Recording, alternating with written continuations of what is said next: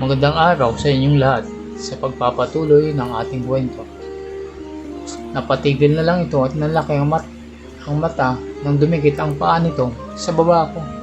Tumingin lang ako sa paligid habang ngumunguya ng pagkain at nakangiti akong lumingin ito na nakita ko sa mukha niya ang pagkamangha. I love you, sabi nito sabay subo ng pagkain at nakangiti itong nakatingin sa akin. I love you too, sweetheart, sagot ko sa kanya at tuloy lang din ako sa pagkain. Bigla na lang itong ngumiti na parang aso at naramdaman ko umatras ang paa nito na tumango ito sa akin. Napaha ako sa kanya. Tumingin ito sa paligid at suminyas ito na nakuha ko ang gusto niya. Hinila ko pagpasok sa loob ng mesa ang upuan ko at kinuha ko ang iced tea ko at sumandal sa upuan at inislide ko ang likod ko patungo sa dulo ng upuan. At nung nagawa ko ng gusto niya, naramdaman ko ang hinlalaki ng paa niya na may kinakalikot sa harap ko. Napapakita ko at napahawak sa gilid ng mesa sa ginawa niya. Pinigilan ko ang sarili kong wag bumulong. Dala na rin siguro kasi ng bogli sa lugar kung saan kami ngayon. Kinky daw ang tawag nito, sabi ni Ernie sa akin. Yung anytime mahuhuli kayo ng mga taong nasa paligid nyo. Ngayon ko lang ito naranasan at grabe, parang gusto ko ito. Uminom uli ako ng iced tea at nilagay ko sa mesa habang nakatingin lang ako kay Ernie. Habang tuloy lang ang hinalaki nitong may kinakalikot sa baba. Napahang na lang ako, sabay kuha ng tinidor at magsubo ng pagkain. Tuloy lang din sa pagkain si Ernie na parang walang nangyari sa ilalim ng mesa namin. Is there anything else I can help with you? Sabi ng waiter sa amin na tumigil sandali si Ernie. No, we are good. I'm sorry, I need another beer. Sabi nito na tinuloy uli ang paggalaw ng paa nito sa ilalim ng mesa. Sure, sir. I'll be right back. Sabi ng waiter na pinigilan nito ni Ernie. What time are you going to open tomorrow? Tanong nito nang ngumiti ito nung tumingin ito sa akin. We are open at early as 6 a.m. because we also serve breakfast, sagot ng waiter. What other foods do you serve here? Tanong ni Ernie na sinadya talaga nitong kausapin ng waiter habang tuloy lang ang paa nito sa paglalaro sa aking harap. Kinakabahan na ako at pinapawisan dahil nakakaramdam na ako talaga ng sobrang bogli sa mga oras na yon. At isa pa, parang di ko na mapigilan ang sarili kong bumulong ng malakas. We have all sorts of specialties, sir. If you check our menu, you will see we have varieties of dish to offer our customer and we also take requests. Oh, do you now? Did you hear that, sweetheart? Nakangiting sabi ni Ernie sa akin habang ako naman ay nagpipigil at nakahawak na ang dalawang kamay sa magkabilang gilid ng mesa. Hinila ko palayo ang sarili ko sa paa ni Ernie dahil pag hindi, on the spot talaga akong magpapaputok ng pulkan na di ito nakatulong dahil hinabol lang paa nito ang harap ko at tinuloy ang ginagawang pagkalikot. Ernie, sabay ngiti ko sa waiter. I'm full na, sabi ko sa kanya na halatang halata na sa boses at paghinga ko. If you want, ma'am, I'm going to bring you your check. Sabay excuse ng waiter at nung makalis, hinawakan ko ang paa ni Ernie at tinulak ko ito paalis. Na nag-pop out lang ito at sabing, how was it, sweetheart? Ulul, sagot ko sa kanya. Lika na. Tayo na tayo, mabilis na naglakad patungo sa ladies ko. Matapos matik na ako lang ang mag-isa sa banyo nila ko ito at nagmamadaling inangat ang palda ko at may ginawa akong milagro. Napapabulong ako at napapapikit sa sobrang dami na pumuntok na bulkan.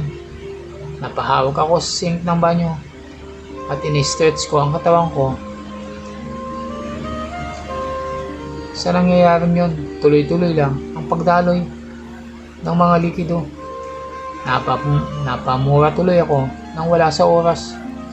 Tumambay muna ako ng ilang minuto sa loob ng banyo.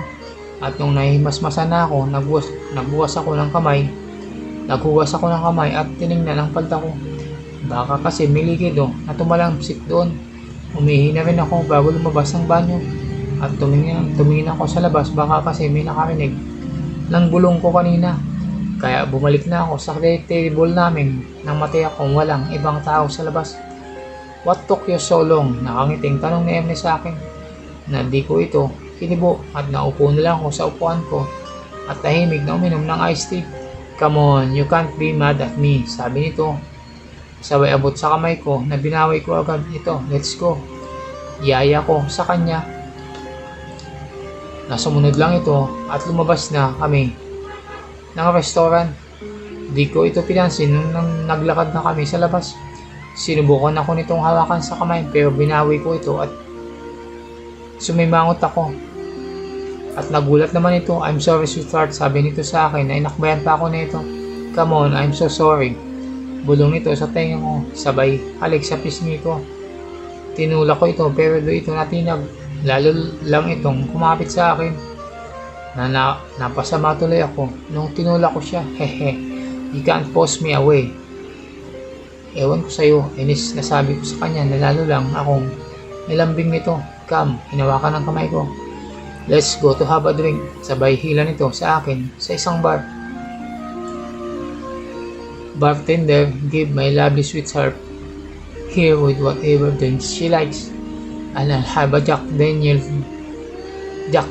please, sabi nito sa barista. What I can get you ma'am, tanong nito sa akin. Tumingin ako kay Emily na hinawakan kagad ang baso niya nung nilagay ito ng barista. I'll have a Harvey Wallbanger, na nagulat sa akin si Emily nung marinig ako. Right away ma'am, sabi nung barista sa akin. At kumuha agad ito ng ingredients at nagmix na ito. Harvey Wallbanger? Wow, really? Gulat na tanong nito sa akin. You like Jack? I like Harvey, sabi ko sa kanya. Nanatawa lang ito. Oh, I like this, sabi nito sabay inom ng alak niya. At sabi sa waiter, one more round, sabay tingin sa akin. At hinimas. Ang kita ko, nakakatatlong baso na siya ng Jack Daniels habang kalahati pa lang ang nainom ko sa inorder ko nang niyaya na niya ako umuwi sa hotel. Dahil gusto daw niyang tapusin ang ginawa niya sa akin kanina. Babawi daw siya. It's okay sweetheart, I already took care of it, sabi ko sa kanya na nagulat naman ito. How? Tanong nito na kininitagan ko lang ito na nakuha ang ibig kong sabihin kaya tumawa na lang ito. Let's go back to the hotel, I want to fill you up with this, bulong nito sa tenga ko. Nakinuha ang kamay ko at pinatan niya ito sa ibabaw ng kanyang baba. Oh God, Emily, sabi ko sa kanya nung maramdaman ang gising na nitong sundalo.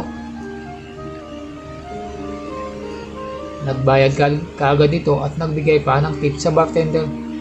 Natuwa naman ito at hawak kaming naglakad palabas ng bar. Biglang minarinig kaming tumawag sa kanya. Ernie, over here. Sabay lingon namin dala. Oh, great. It's Bob. Sino yan? Tanong ko sa kanya.